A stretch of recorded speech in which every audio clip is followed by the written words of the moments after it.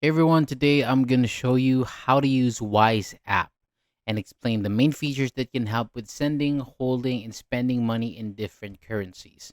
So once you open the app and create an account, you can add money to your balance, choose the payment method available to you, such as bank transfer or debit card, then follow the steps to complete it. After the money is added, you can convert it into another currency. Just select your balance, choose the currency that you need, review the exchange rate and fee, then confirm the conversion.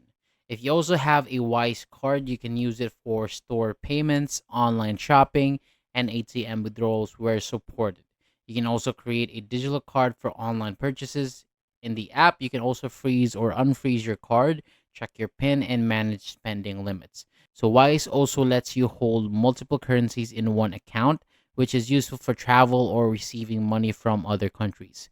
So, to send money internationally, enter the recipient's details, choose the amount, review the fees, and confirm the transfer. So, to avoid any extra costs, convert money before spending and choose the local currency when paying abroad. It is also helpful to keep a little backup cash while traveling, and that is a simple guide on how to use the Wise app. Thank you so much for watching. For more videos like this, hit the subscribe button below, and I'll see you on the next video.